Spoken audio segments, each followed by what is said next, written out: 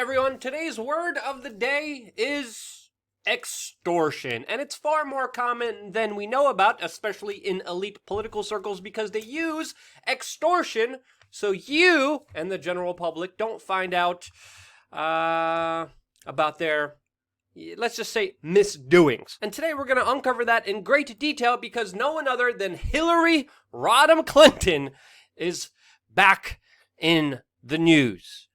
And before we get into that, plus a lot more, just wanted to remind everyone that we're also doing live streams on Periscope and also on DLive, the platform that PewDiePie is also doing live streams on. And we started to do them mainly because, holy cow, we're just being totally suppressed, totally just obliterated by the YouTube algorithm and demonetization, which happens to every single video now. But one thing that is very clear, the harder we work, the more subscribers we lose, the less viewers we get. And it's pretty clear, especially with the latest videos, not even getting more than 10,000 views, which is absolutely ridiculous. That we definitely don't have a home here. We're not welcome. We've been getting screwed over by YouTube for a very, very long time, and that's why we're experimenting with alternative platforms, going live, which the links will be in the description below. If you're even getting this video, because a lot of people aren't. Doesn't matter if you're subscribed, doesn't matter if you click the notification buttons. A lot of people are saying, yeah, no notifications. Sometimes they're even telling me they're just being totally unsubscribed, which would make sense. It's hundreds and hundreds of people are just somehow leaving this channel every single day, and a lot of them without even them doing it themselves. So yeah, while we are still here, let's keep aiming for the fences like we always do and go after the sexual predators, pedophiles, and political elites of this country with, of course, great scrutiny and criticism. And that brings me to the topic that everyone is talking about in the mainstream media, and that, of course, is Hillary Rodham Clinton, that has come out of the woodworks and many people believe will be running against Donald Trump. We're going to get into that, but she came out and actually talked to the press describing how the current U.S. President Donald Trump's actions are a, quote, direct threat to national security. And I would say that's a pretty ironic statement from the person that helped foster and grow ISIS during her time as Secretary of State. But anyway, her and former Trump administration official Nikki Haley came out and blasted Donald Trump for withdrawing troops from Syria, calling it a, quote, sickening betrayal of the Kurds. Meanwhile, it was Hillary Clinton's foreign policy that literally created the mess that is currently unfolding in Syria right now, where Hillary tried to do the same thing that she did in Libya, create massive sectarian violence, overthrow a leader, create chaos, spur radicalization, and also, bringing back slavery to that country. Yeah, that was pretty much the doing of Obama and Hillary. They tried to do the same thing in Syria. Didn't work out because China and Russia stepped in, but now she has the audacity to say that Trump moving the troops out of there is somehow sickening, which absolutely makes no sense at all since she made the mess. Not even a mess, I would just say bloodbath.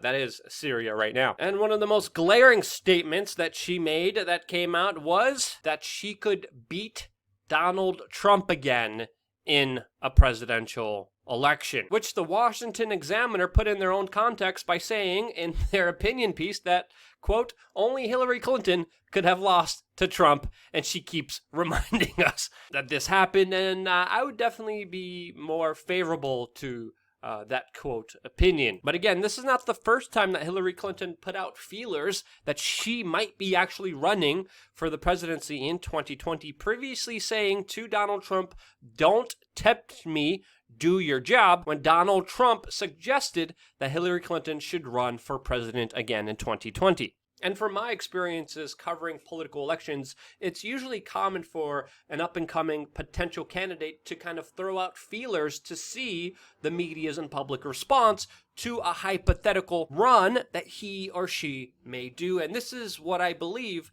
Hillary Clinton is doing right now. And a lot of people are taking it very seriously, with even gamblers in Las Vegas placing Hillary Clinton third as a favorite to win the 2020 Democratic presidential nomination, with, of course, Joe Biden and now Elizabeth Warren ahead of her. And with Joe Biden being recently obliterated with the news coverage and Elizabeth Warren's how do I say this? Elizabeth Warren's Native American past that didn't exist. It doesn't really look too good for the Democratic presidential future candidate, whoever it may be, and their hopes of defeating Donald Trump. Honestly, with how fractured, divided, and ridiculous some of the social justice warrior aspects of this political party that essentially is very divided and conquered. And I think this is why some snobby establishment limousine liberal publications like the San Francisco Chronicle run headlines like this, which cheer on the idea of the Terminator gremlin coming back and running against Donald Trump, with their headline that's not hiding that fact at all, saying, quote, "Who should run against Trump? How about Hillary Clinton?" Even Steve Bannon is predicting that Hillary Clinton will run in 2020. Meanwhile, other leftist organizations like the Daily Beast make fun of this entire idea, which I would side with and say is the more accurate analysis here. But most importantly, there's other news surrounding Hillary Clinton, and it's not just about her emails and how the FBI totally screwed up the investigation against her and covered up very serious crimes associated with her, which just shows you how powerful she is. And it actually is coming out that she used that power not only to escape justice for herself, but also her longtime friend and Democratic fundraiser who gave an estimated $1.6 million to the Clintons, and a person that is accused by now over dozens of women for sexual assault, the man, the myth, the legend, the Jabba the Hutt himself, Harvey Weinstein. Yes, there's a new story coming out by American journalist Ronan Farrow, who was one of the first people to actually uncover Harvey Weinstein's sexual abuse allegations that, by the way, everyone knew about. There was even inside jokes made years before the allegations went public, even by individuals like Seth MacFarlane, that called out the worst sexual predators, deviants, and disgusting elements out of Hollywood years. And he did this out in the open and publicly. And yet, the mainstream media narrative is that somehow this was all a surprise, and in reality, it was all a big secret that a lot of people kept. And now, according to this journalist, Ronan Farrow, it was Hillary Clinton who used her power to try to squash the story. And Farrow even details how Hillary Clinton's publicist told him that this big story about Harvey Weinstein was, quote, a concern for the Clintons when this journalist wanted access to Hillary Clinton. Now, this story was first killed and silenced by NBC, that, by the way, was pitched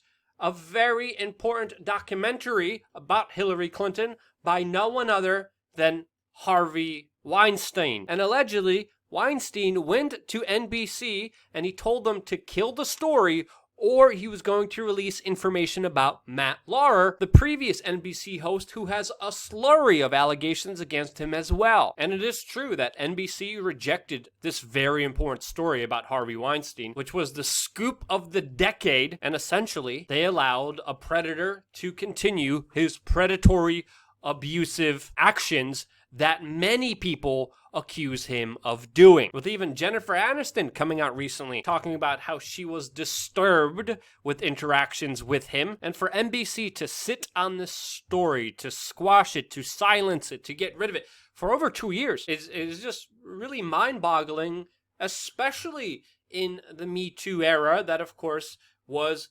rising, especially in that current time. And when someone like Tucker Carlson calls out those individuals for being hypocritical, let's just be honest here, he's absolutely right about it.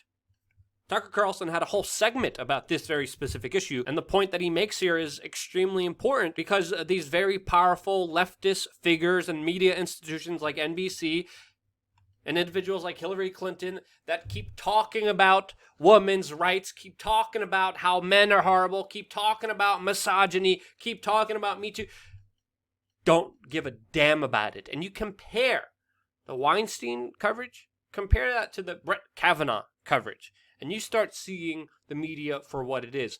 weaponized disinformation used as propaganda only for power. That's what larger institutions are there for, and they're not the news. They are PR outlets for the rich and powerful to brainwash you for a particular outcome that they want.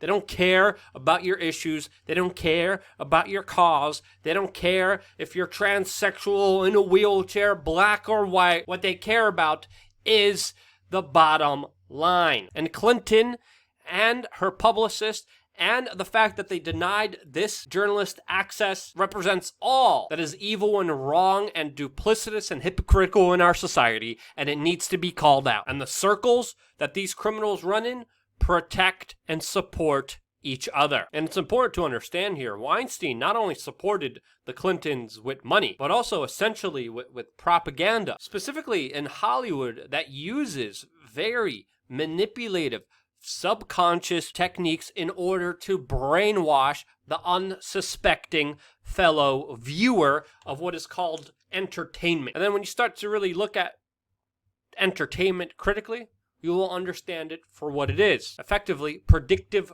programming. Some would even say mind control, which I would say they're not even wrong for saying and believing. And with this story finally coming out, we should definitely support the individuals who are releasing this information, since of course they also face backlash from the powerful individuals that they are exposing, as it also just came out that Harvey Weinstein hired spies to suppress the stories against him, working, of course, with a top Israeli intelligence contractor that not only went after journalists from investigating Harvey Weinstein, but also went after many of his alleged victims. So yeah, as this story unfolds, just know that your opinion, your voice, you sharing, you deciding to understand something, consume a particular media, is very, very important. Your actions on a micro level combined with everyone else's actions on a micro level have a significant impact on this world.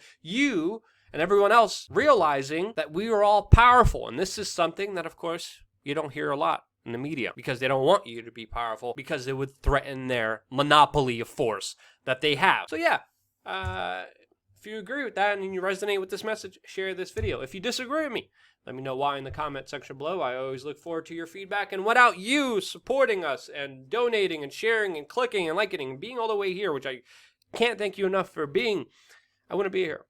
And that's why I love you guys. Thank you again so much for watching. Stay tuned for more here on wearechange.org.